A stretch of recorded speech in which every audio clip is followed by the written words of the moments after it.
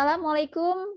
Welcome viewers, friends, comrades, all of you. Hopefully you are in a good health, protected by Allah Subhanahu wa Taala wherever you are amid the strange circumstances that we are all in now. And after a year of the COVID-19 pandemic, we are still struggling with the implications of various crises following the pandemic, and they're all interrelated. We have economic crisis, poverty rate, and mass layoffs have risen dramatically, disruptions in the global supply chain, the food crisis, and especially problems of climate change.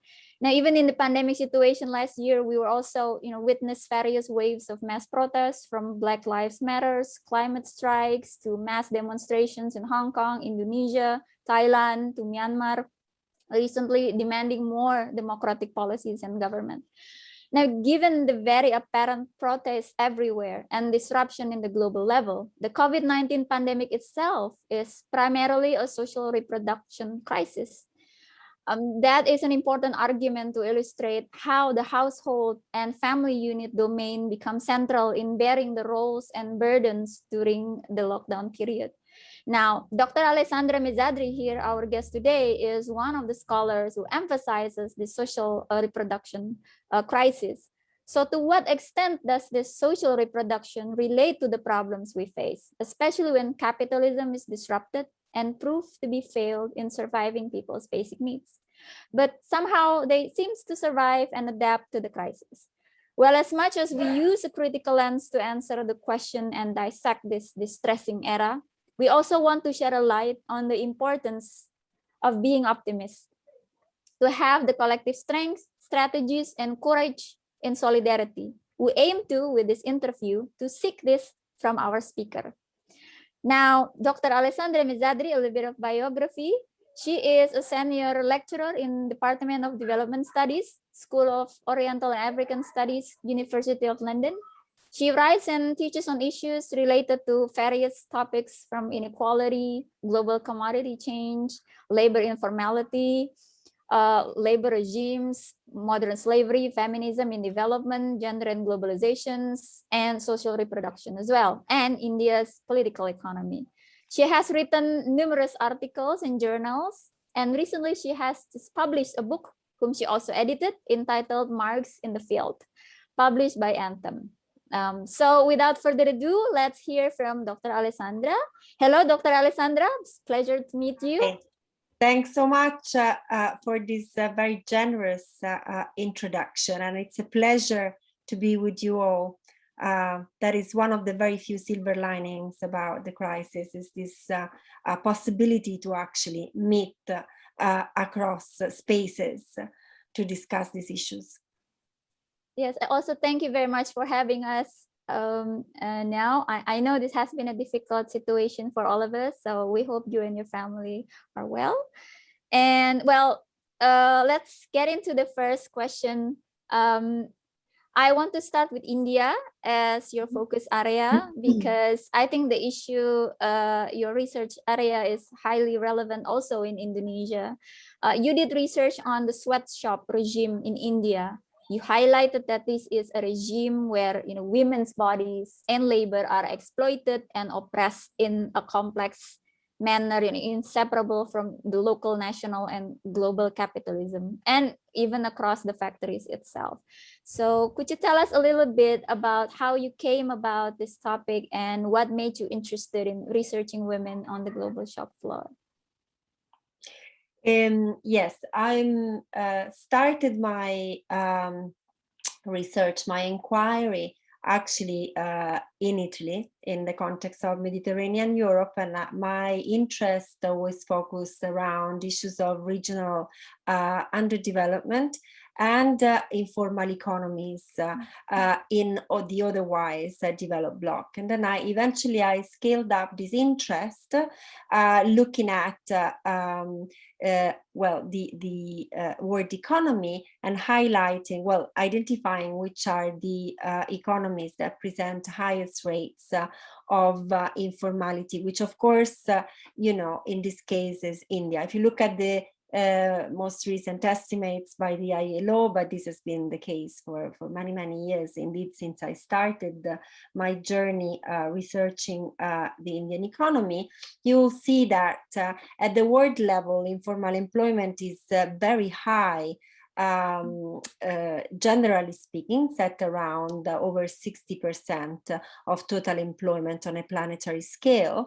And a significant part of this is due to the Asian bloc. And within the Asian bloc, South Asia stands out massively, with India being the country that shows the highest levels of rates of informal employment. So for me, it was very interesting to actually then explore and move from one of the countries that have the vaster informal economy in Europe, which is Italy, to one that has the vaster informal economy in the world, which is India. So that is the basis of the start of my inquiry. And I chose the garment industry because already when I started my inquiry, it was a highly globalized industry in contemporary terms. So it's set as part of global commodity chains. But at the same time, it's an industry that has a sort of very complex history, longue durée, in the context of global capitalism that relates it to colonization, that relates it to imperialism. So it's an industry that, if you study, allows you to actually uncover a number of issues on labor, past and present. So it's on that basis that I focus my attention to the garment industry, which I soon relabeled as the sweatshop regime, given the fact that it offers sweatshop-like working conditions to the workers included.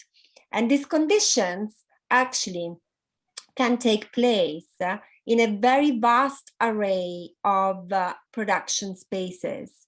So when I use the word sweatshop, I don't really talk about a space or a place, so say home-based settings against factories, for instance, but I talk about a particular set of labor relations which are highly precarious and that can manifest in multiple venues and realms, which is actually the case in India, where you have garment workers that are highly informalized across different domains. There might be factories in large industrial parks, there might be workshops, there might be small family enterprises, or there might be homes where single individuals labor for export markets. So this is, in a nutshell, the reason behind this. There's been now a 15 years old project that led to the completion of my first book, The Sweatshop Regime. Yes, it's interesting that you mentioned India has one of the highest informal workers, and that there's the phenomenon of housewifeization. I think that's the term to say that, you know, even the mothers at home work for the capitalists, for the global supply chain. So, and how does this regime of exploitation reveal about our modern life in general? Well, I think it's an industry that epitomizes very much the type of modernity that we experience and how it is built on histories of social oppression that have sort of resisted the test of times. So it's an industry where you do have the presence of this very large business conglomerates, or you have these very large retailers, global merchants, and indeed you do have production taking place in large factories, perhaps not as large as in China, but you still find sizable exporters. But at the same time, you have a resilience of workshop type and home-based type of production. And of course, there is a very complex gendered geography that correspond to the geography that characterized India as a subcontinent, with highly masculine production regimes in the north, which are dominated by migrant male labor, and instead the South, which is characterized by feminization of employment in line with the experience of other countries in Asia and elsewhere. Women tend to dominate in home-based settings, and this sets the peculiarity of the industry in a sense that it proposes both old forms of exploitation that resisted the test of time, they didn't fade away at all, and then he proposed new ones, which are factory-like type of relations. And he epitomizes our modernity because effectively he epitomizes all the different forms that exploitation can manifest itself in. So for a long time, I think Eurocentric visions of global capitalism have overemphasized the role of wage labor as an indicator of the presence or absence of the capitalist mode of production. But that is a misrepresentation of what capitalism is, which has always been a global mode of production that has sustained itself through a varieties of ways to appropriate labor surplus. So people have always experienced capitalism in a different exploitative ways based on their positioning within the world economy. And the study of global industries like garment in a place like India, I think bring the point home very much, because none of the labor relations I studied can be defined as residues of the past. They're all very modern and contemporary forms in which exploitation takes place. Now, speaking about modernization, now people are forced into either market imperatives or market dependence. They're put into this global capitalist system, and now we have different organizations have advocacies for the labor rights, and you have actively engaged also in various organizations, the ILO, the Action Aid, the War on Want. And what were the strengths that these organizations carried in pushing for a more, radical intervention in the international arena? Well, I've tried to engage also as a displaced migrant myself, and someone that comes from a place, live in another place, and whose work focuses very much yet on a third place. I've tried to engage with different types of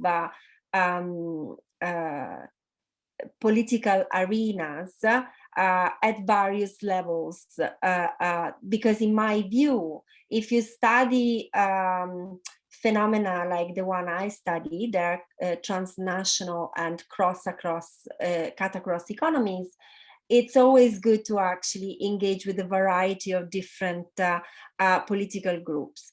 Now, I did engage with these organizations, but for instance, my engagement with the ILO is been and it still is very much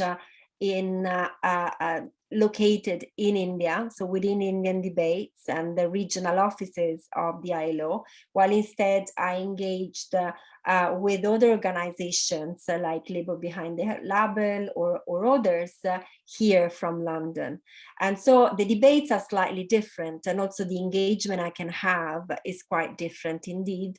So for instance, here, if you engage with networks that are related to ethical consumption or global forms of labor activism, there are certain debates or certain issues that you can press on, saying lobbying for retailers' transparency in their business operations, or indeed lobbying for retailers supporting the offering of living wages for their suppliers, or even more so, and I hope we will soon move in that direction,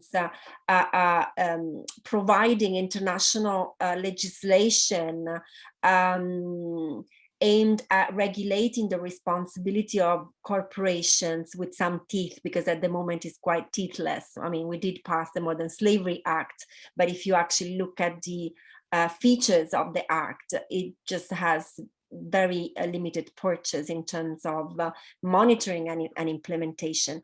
So those are the types of debates you can do here. And of course, you can actually be involved in debates around ethical consumerism, although I have to say that this debate have become slightly disembedded from labor politics, which instead is where they started from. If we look at early experiences in the UK and the US in the 60s and 70s, so it's become more difficult to make them relevant. You have this rupture between middle class sort of fundraising or advocacy, and instead working class sort of actual conditions in countries that source various goods. So it's a sort of a very complex, I would say, politics of translation that sometimes work up to a point. But there is some stuff you can do there. You can lobby for better legislation. You can lobby for transparency. You can lobby for recognition. In the context of national economies, the issue is different.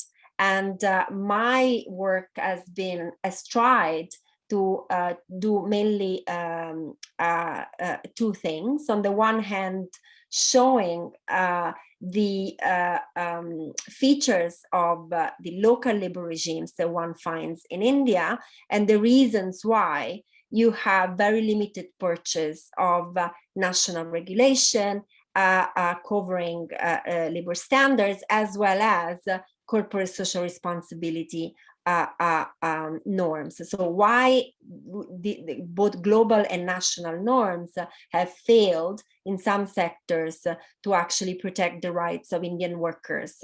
So that is a slightly different debate, although connected to an extent to the previous sets of concern I talked about.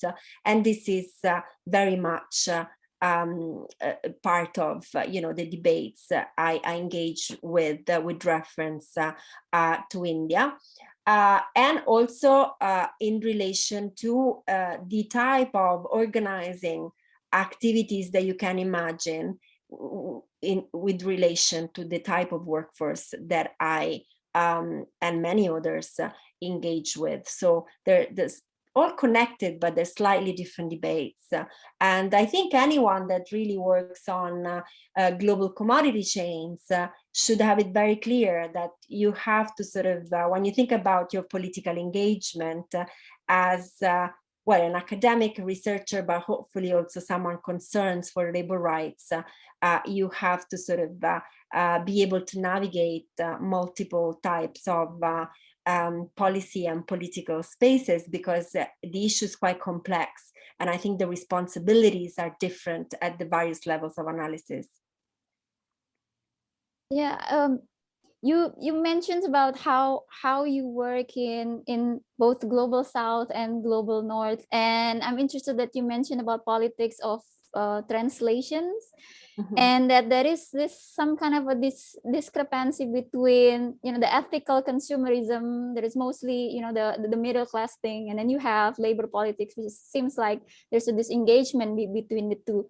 Now, do you think that in some countries where the COVID-19 kind of imposed the government in terms of protecting the national interest to boost the economy, so do you think that kind of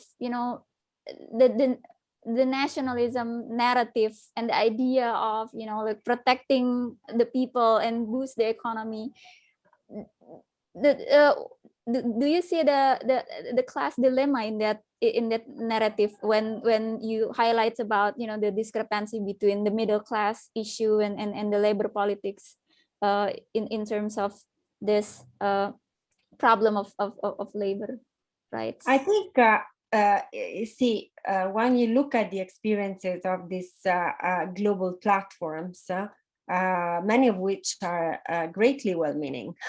But if you look at the revolution, you can see that there is a progressive link between the labor movement or labor politics or the student movement and the type of middle-class activism that instead today they embrace.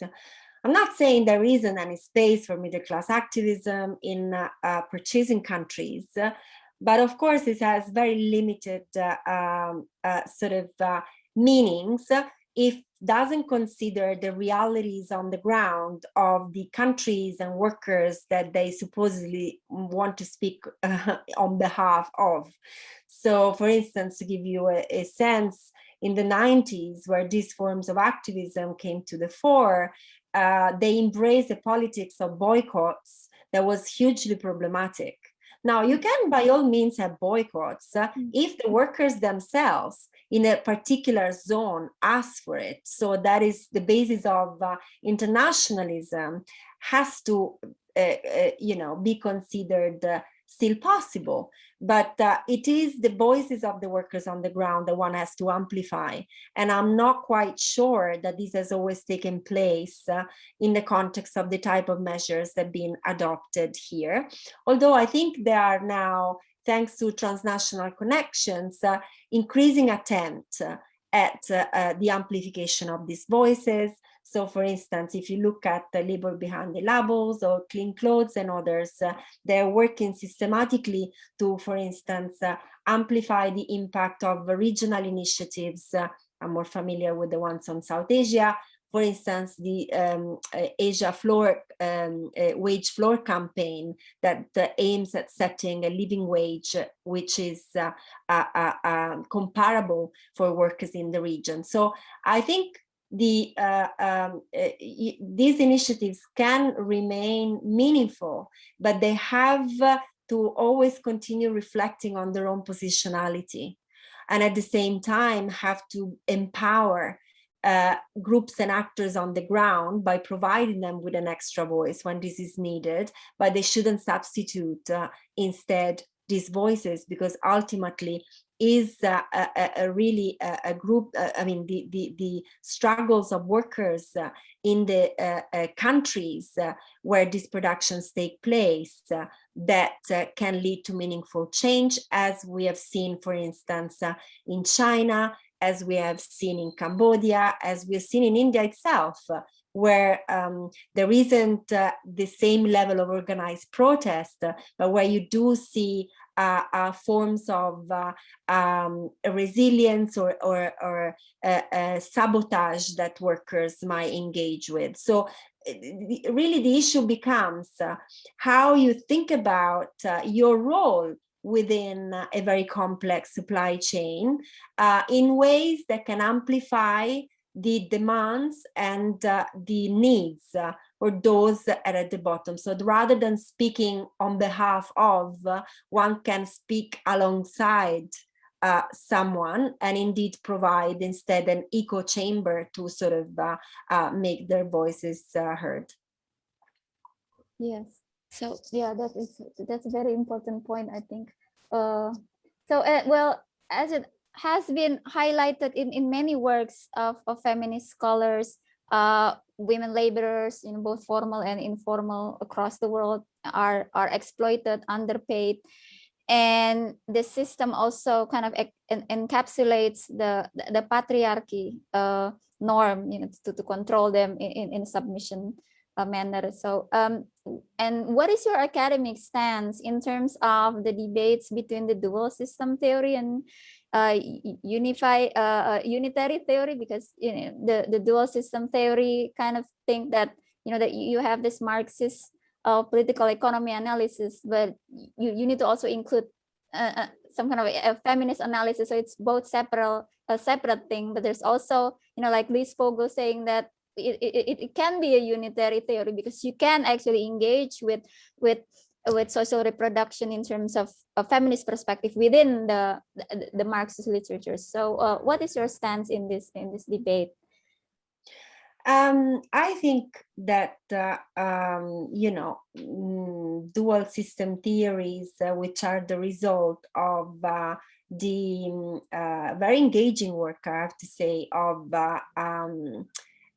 feminist comrades from different parts of the globe. I'm more familiar with the French tradition of material feminism. Have they're fruit of their times, in the sense that they were generated as a response to highly patriarchal type of theorizations of capitalism and potential struggles. They always centered the male subject as the protagonist of the story.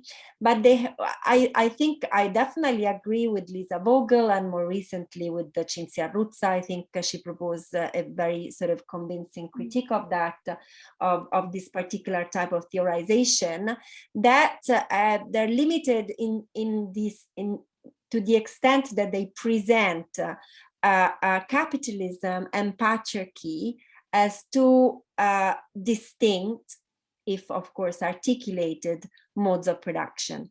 That is not very helpful, because it isolates the development of capitalist relations from the development of patriarchal relations, where there is a wealth of studies in historical terms, not just coming from Europe, but there's a very sort of rich trajectories of feminist studies across the world that highlight this interconnection and interpenetrations between the specific forms of capitalist trajectories and their gendered aspect, or the sort of patterns of gender oppressions that these set out.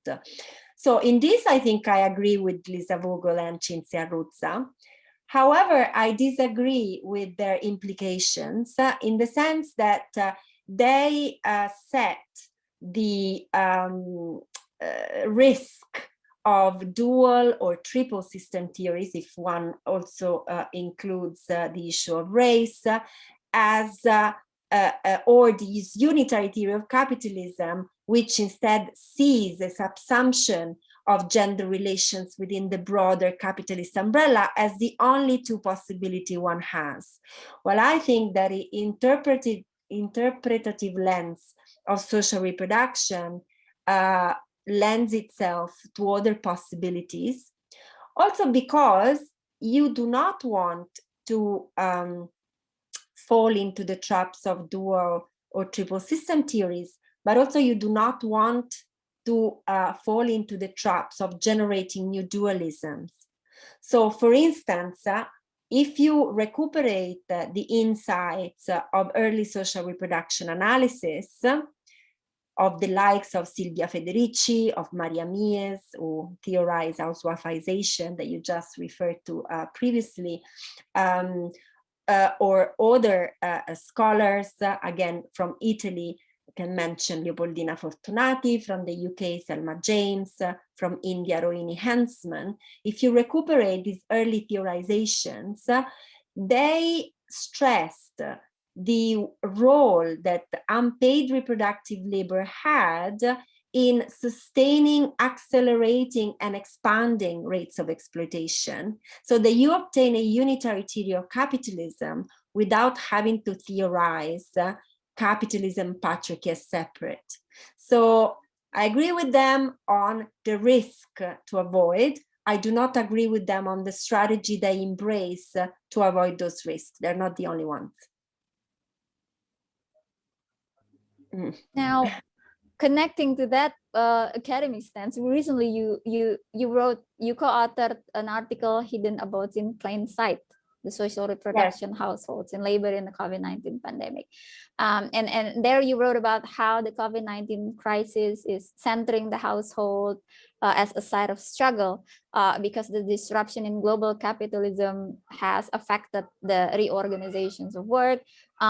We as mothers, we definitely understand that that condition during the COVID-19 and how can the scholars activists shape the future agenda, from this point of departure, from the social reproduction? Well, this is a daunting question, but we posed this question in that article that's just come out in Feminist Economics. And it was an article that was led by my colleague Sara Stevano, and that we co-wrote together with other comrades, Anna Bargawi and Lorena Lombardozzi.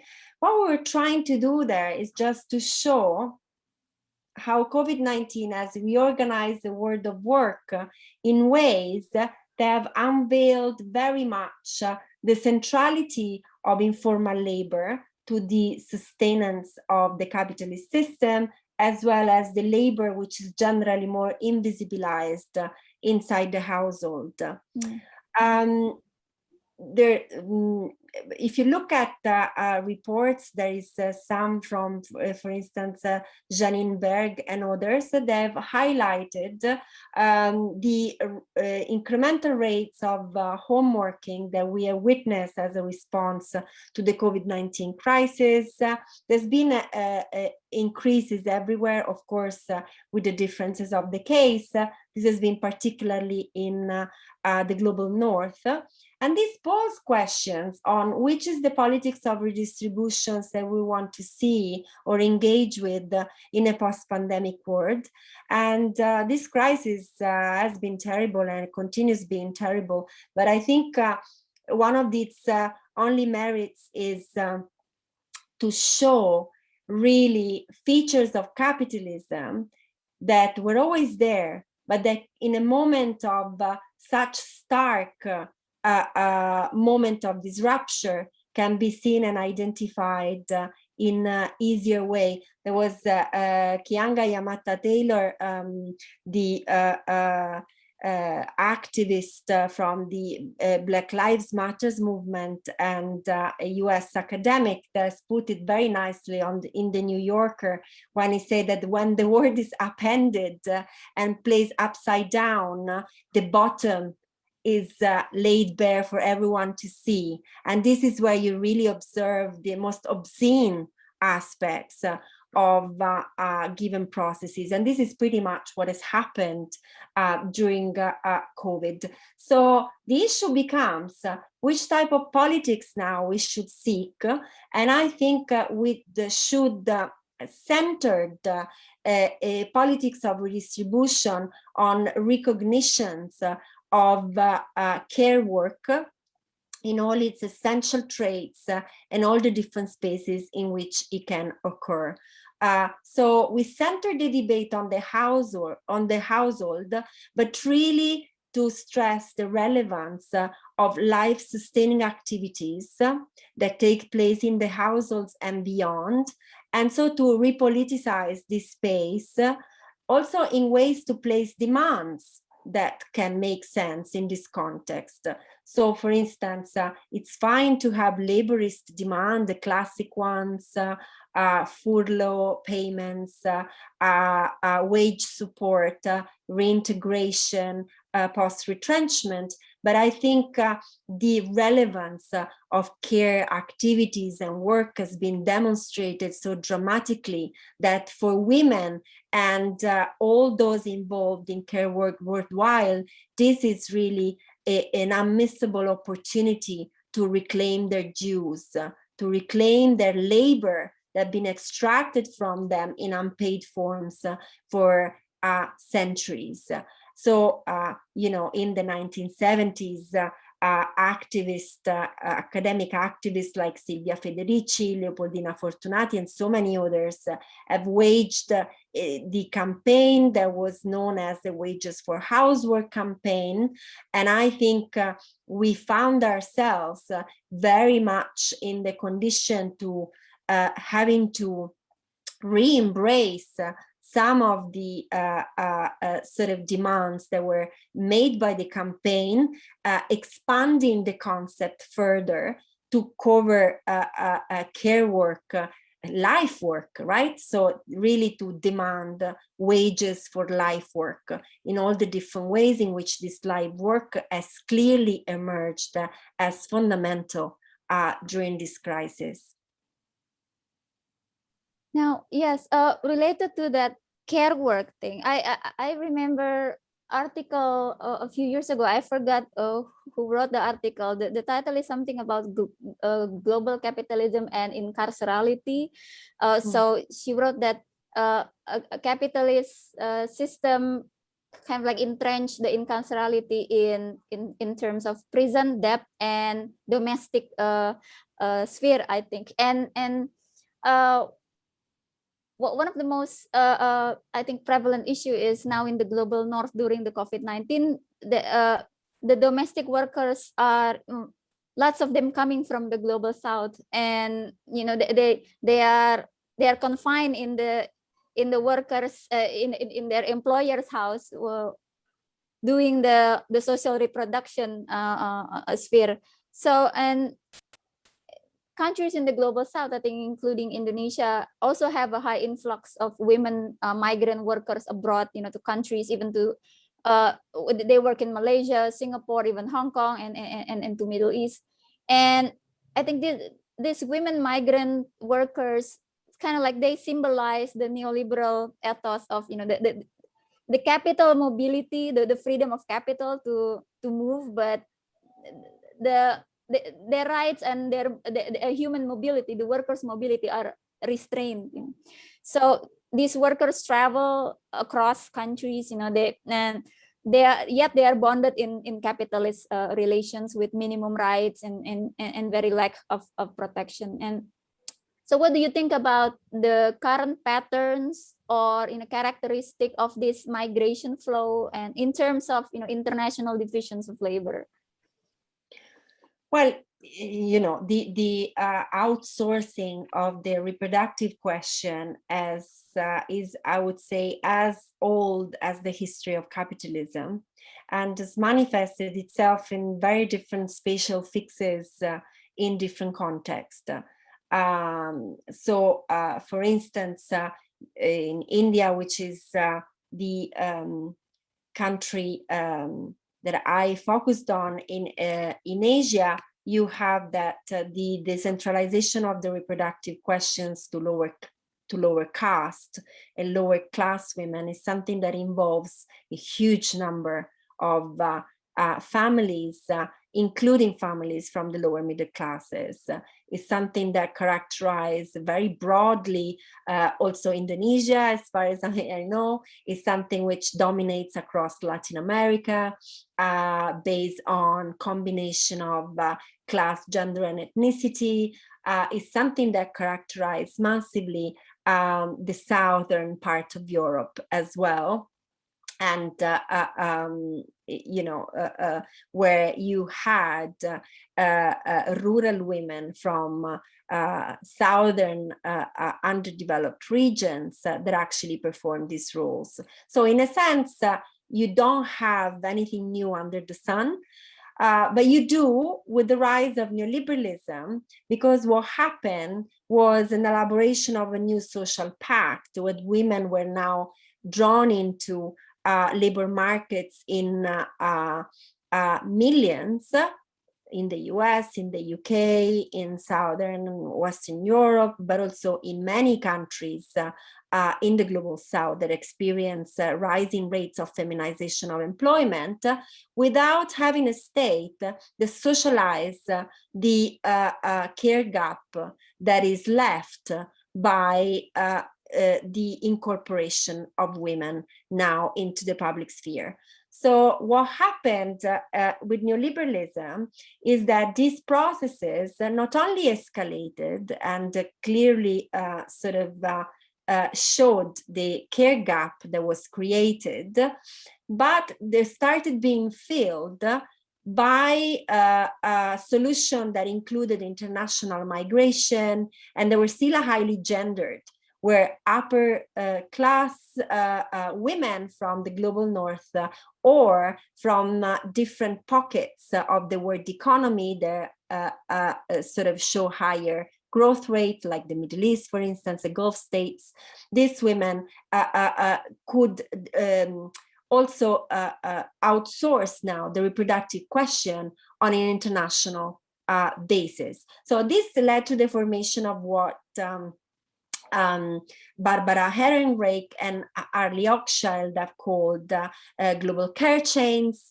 And what you have from the 80s has been a progressive multiplication of these care chains that become more complex. States have been involved through different forms of guest schemes, and they have a very complex spatiality, which combines sort of global inequalities between regions with patterns of gendered inequality, which are also highly racialized, but they also speak very much to past histories of colonization. So, for instance, in the Mediterranean, you will find a lot of reproductive work or domestic work in households that is performed by either women from the Horn of Africa or by women increasingly from Eastern Europe. It reflects very much the histories of the colonial regime and the diaspora that these countries went through. If you move to the UK instead, you'll have Indian labor, you'll have Latin American labor, and again, that respects very much, sort of reflect very much the different spatial outlook of the diaspora. If you look at the kafala system in the Gulf, you have inflows of South Asian women, as well as increasingly women from Northern Africa and the Horn of Africa. So it's look, in terms of the actual outcomes in spatial terms, is quite complex. I think that it has originally been due to an upscaling of the outsourcing of the reproductive questions on international scale. I think a lot of attention has been given to Western to how sort of what trajectories characterize Western economies, but I think there are just very many different trajectories that characterized also new emerging economies and emerging blocks. And, you know, their social characteristics vary. But ultimately, is the fact that the neoliberal state is unable to fill the care gap. It draws on women's labor increasingly to feminize employment, but at the same time, it doesn't provide support, reproductive support, to the families left behind in whichever form. And so then it has to draw on the labor of older women. They're lower in the employment hierarchy to fill the gap. Right.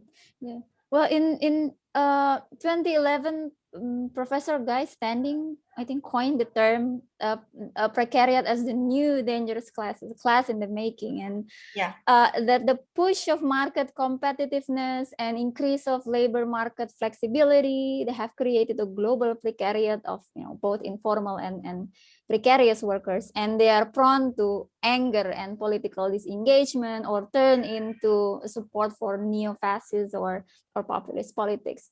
Now, do you think that this can be a strong prediction in post-COVID-19? How do you think about that notion? This is a catch-22 question. I don't know, but you know, I think there are good points in using Guy Standing's framework. I know Guy for many years. I admire his work tremendously. As a student, in fact, I was trained on his books, and I think he has very powerful insights, the concept of the precariat, but also has some limitations in the sense that it's really difficult to predict on the basis of a theorization of the precariat what will come next politically, because the various segments and forces that sort of compose the precariat might not necessarily share a similar class position or a similar proletarian consciousness or understanding, and so they might not share the same politics at all. I think it's a concept that share some of the same problems that the older concept of multitude elaborated by Tony Negri and shared, and Michael Hart shared. And I think, in a sense, the issue for me as a labor scholar and someone really interested in different forms of politics of reappropriation of the value of our labor would be instead what type of class forces and alliances would be dangerous to the current elites. So the issue of that being the dangerous class in a vacuum for me is less of an interest. In fact, I think it's a sort of an argument that more often than not might be deployed for rather non-progressive aims, right? So the fetishization of saying the unemployed youth in many countries as potentially dangerous have actually been used to put forward policies that are all but progressive.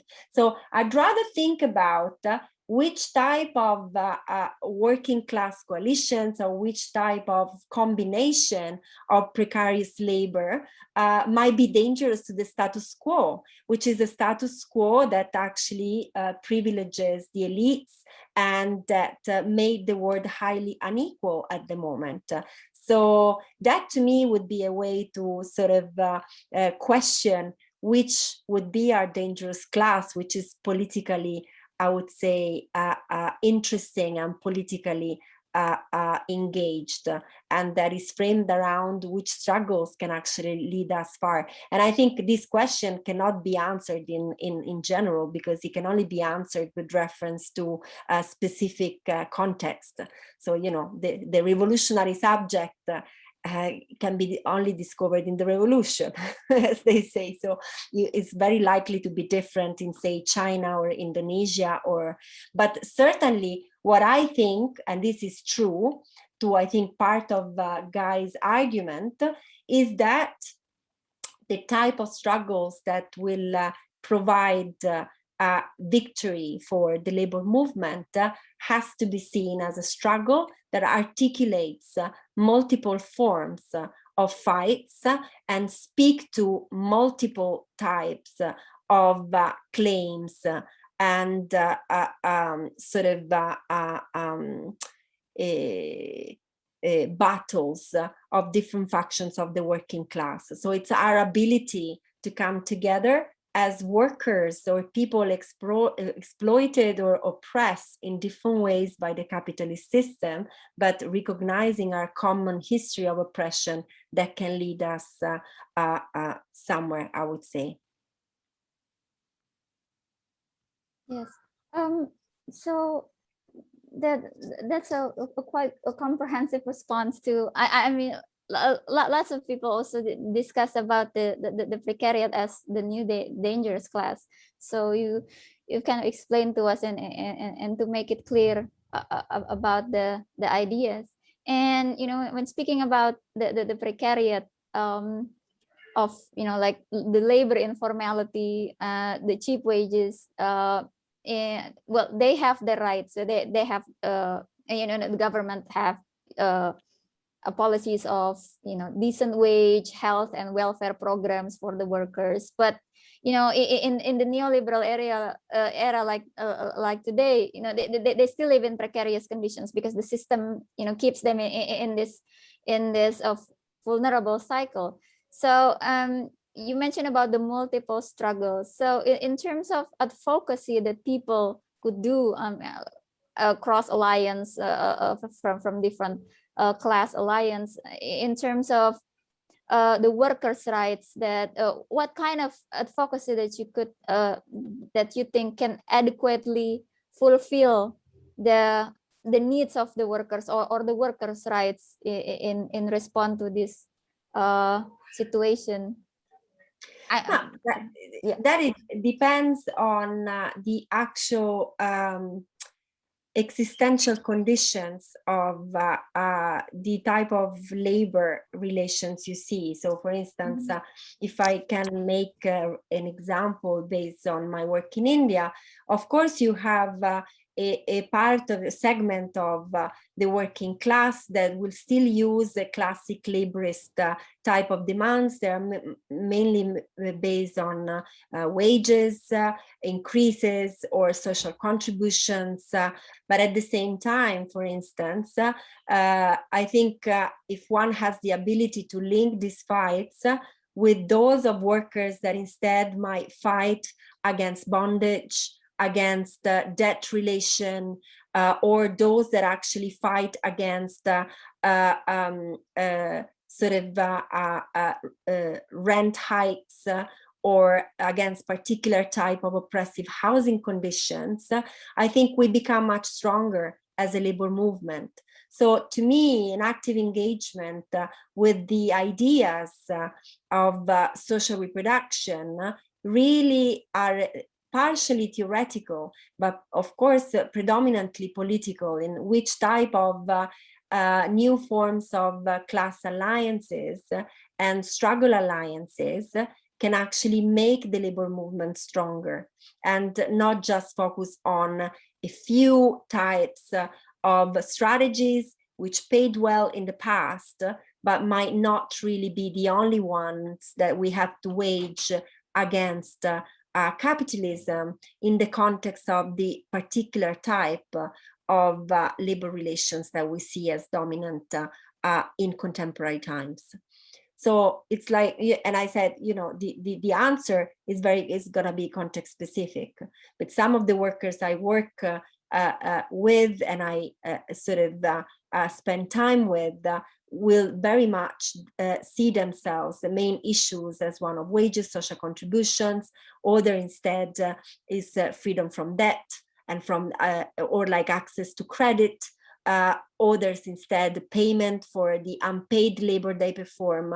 So these are, if we don't harness all this diversity in the forms in which the labor struggle can manifest, we risk to fight in silos, and we risk never to articulate these battles together. While instead an articulation of these battles, I think, can only amplify the voices of all these workers engaged in different fights. Right. So, well, Utsa Patnaik wrote, I think it's a classic a piece, The Republic of Hunger, in which she discussed how India's citizens fight for their food, land, and productions of food amid the development program from the government. And there is still a hunger incident. So could you elaborate us how this labor regime or modern slavery in India correlate with the hunger phenomena in the country? How do you build that connection? Well, Utsa Patnaik was a scholar who I deeply admire. Has written this book in a period where there was a specific food crisis, and where several other theorization of how to grapple with the crisis were put forward.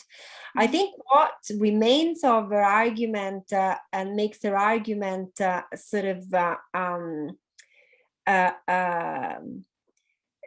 relevant beyond the actual times and specific circumstances that she was describing is the ways in which the food regime in India reflects specific patterns of imperialism, past and present, which is something which Utsa Patnaik, together with Prabhat Patnaik, also deepened in a more recent book, which is called A Theory of Imperialism, where they highlight how the process of globalization have for some countries as sort of multiplied or amplified the tropical types of labor regimes in which they were inserted. So in this respect, I think is strongly connected with debates around modern slavery, although in other sectors like garment or textile that I look at. Although I have to say the modern slavery is really not my favorite terms. But let's say that the patterns of unfreedom that one sees in agriculture related to the global food regime, and also, which is also not just constituted by Western actors, but also by massive Indian conglomerates, one can actually also see in other sectors, which are labor-intensive sectors, and all the way up even to more capital-intensive sectors like automobile, for instance. So what you see is concentration of power at the top. You see sort of labor regimes which are very much fragmented, and you see a race to the bottom of wages, which are very much related to a system of production which seem to be still linked with some of the trends that we observed during colonial time. So you have massive resilience of putting out system of production, the massive use of labor contractors that mediate the labor relations. You have very fragmented product cycle. So workers end up, the wages of the workers end up being squeezed by a great number of these processes. So in that sense, I think there is a clear link beyond the actual specific moment of crisis that Utsa Patnaik was describing. Yes, thank you very much. Well, this is the last but not least question, and I think it's if I might add one thing, yes? Okay, with reference to Indonesia, there is a forthcoming book, I think, by Tanya Lee and Pujo Semedi that is called Plantation Life, and tries to theorize the ever expansion of global and national capital at the top as a form of corporate occupation on the land and on the people of the rural areas in Indonesia. I think there are a lot of very fruitful lines of crossovers with some of the debates that have gone on in India, and I've seen as protagonists Utsa Patnaiks and others. Oh, well, thank you very much for that. Thank you very much for the information. I'm actually looking forward to the book coming out. I think it's coming out in November.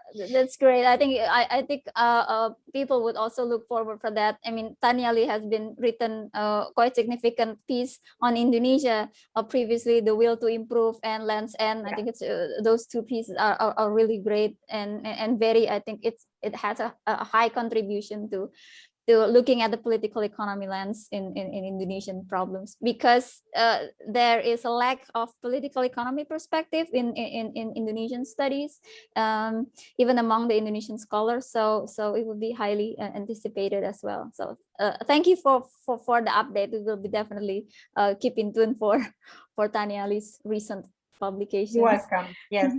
And now, well, coming to your upcoming publications, actually. So your new book has launched this February, I suppose. Marks in the Field. Yes. So it seems like the book offers a very, if I read from the excerpt from the website's publisher, a very timely work on putting Marxian analysis in research practice. So this is something that I think we all need, because most people would think, oh, okay, Marxist analysis is something that it is like a reductionist or utopia or something that is not applicable in research practice. So tell us a bit more on that. And last but not least question is how progressive activists can utilize from the book. Speaking of, like cultivating an optimistic horizon in looking at the post-COVID-19. Okay, so the book, which is just out, in fact, since Feb, I'm very happy about it, is an edited collection, and where I just chose my dream team of authors that I wanted to sort of to engage on how to explain the ways in which they deployed Marx in practice in their research. And I think the reasons why I felt very much that I have to start this project was twofold. On the one hand, if you look at research methods classes, not just in development studies, but in the social sciences, they do not necessarily treat or engage with Marx from the point of view of research design, methodologies, categories, and concepts. But Marx is generally mainly sort of ghettoized, if I may, to the realm of theory and abstraction. And I would say that partially this is actually due to the fact that not all, but a significant part of Marxist studies remain concerned with more sort of analytical and theoretical issues. So they don't dirty their hands with actual field practice, to be clear. Second of all, I think that the ways in which Marx Marx scholarship is seen, and partially I would say misunderstood, is as an opus that can only be used in its entirety, and it can only be used by people that define themselves Marxist. Marx should be for everyone, and Marx by all means is useful to everyone. So it should also be taken off its pedestal, and the actual teachings that he provided can be useful to many more scholars and activists than one might think. And in order to do this process of taking Marx to the ground, and taking Marx to the field, I wanted to ask the contributors, who's a mixed bunch, if you have seen, of elder scholars, political economists, feminist scholars, scholars engaged both with Marx and post-colonial theory, and so on and so forth. I asked them to do three things. So I suggest three ways that they could take Marx to the field. The first was by highlighting which categories and concepts were crucial for the study of the global present, and in which ways this could be adapted to concrete field-based situations. So for instance, how do you study class if you are in rural areas and everybody appears as self-employed, right? Because Marx, is understood as having sort of focus on wage labor. So how do you use his insights to study class in a very different context? And third, which methods in practice has Marx used to actually reconstruct the lives of the working classes? And if you read Capital, you will see that Marx has systematically used, for instance, Inspectorate of Labor's reports, reports by medical doctors to trace the deteriorating health of the proletariat, and so on and so forth. So if there are also some methods more than others, they are able to capture the essence of what Marx wanted to say. And of course, all the authors have different answers to these questions and might not agree with that. But the idea is to ignite debate on how we can actually do political economy in practice, because it's very important that we keep this particular type of exploration alive, so that we don't have to study Marx. We have to study the issues that were dear to Marx. And instead, I think Marxism has done better in exploring Marx himself, rather than remarking the ways in which a lot of the things he talked about are crucial still today for us to dismantle the master's house. Well, thank you very much for that really insightful and a comprehensive explanations. I think it clears up the idea of what is Marxist political economy, or what is Marxian analysis is about, because you're right, there are so many misunderstandings about Marxian analysis, particularly, you know, in Indonesia we have a very lost traditions of critical social sciences, including the leftist tradition. So I think it's great to have you elaborate that, and to discuss, to relate that even in the current context. So again, we would like to thank you very much, Dr. Alessandra Mezzadri, for having the time speaking to us for about 1 hour. And after, thank you so much for having me. It's been a pleasure. Okay. Okay. Now, let us close the interview session. So, audience, friends, comrades, thank you very much for keeping up with us and listening to a very fruitful interview with Dr. Alessandra Mezzadri, and stay in touch for more upcoming videos and interviews at Islam Bergerak. Don't forget to subscribe and like. So, and see you later.